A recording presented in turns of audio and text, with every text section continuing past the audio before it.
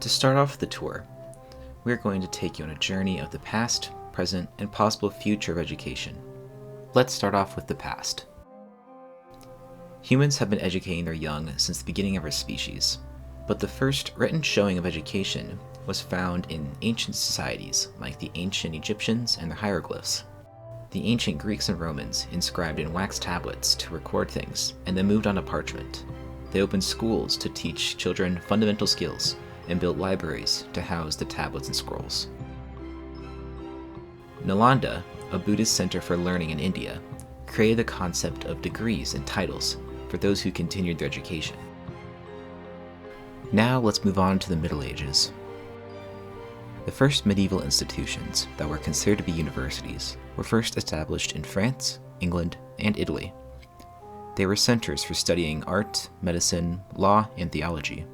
This is also where lectures started becoming the norm for education. Instructors would read source material to a class while students would take notes. When the printing press was invented, it changed everything.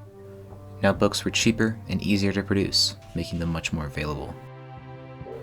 Now let's move on to the Renaissance, where education flourished.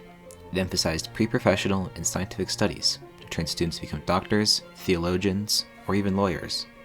The scientific method was also created during this time, which focused on empirical evidence and set the stage for important contributions to biology, anatomy, and astronomy.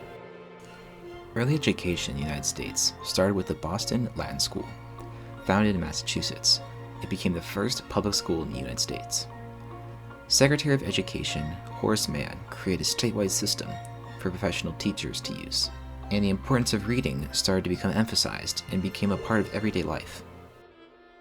Now, in modern education, laws have been created to put education at the center of our society.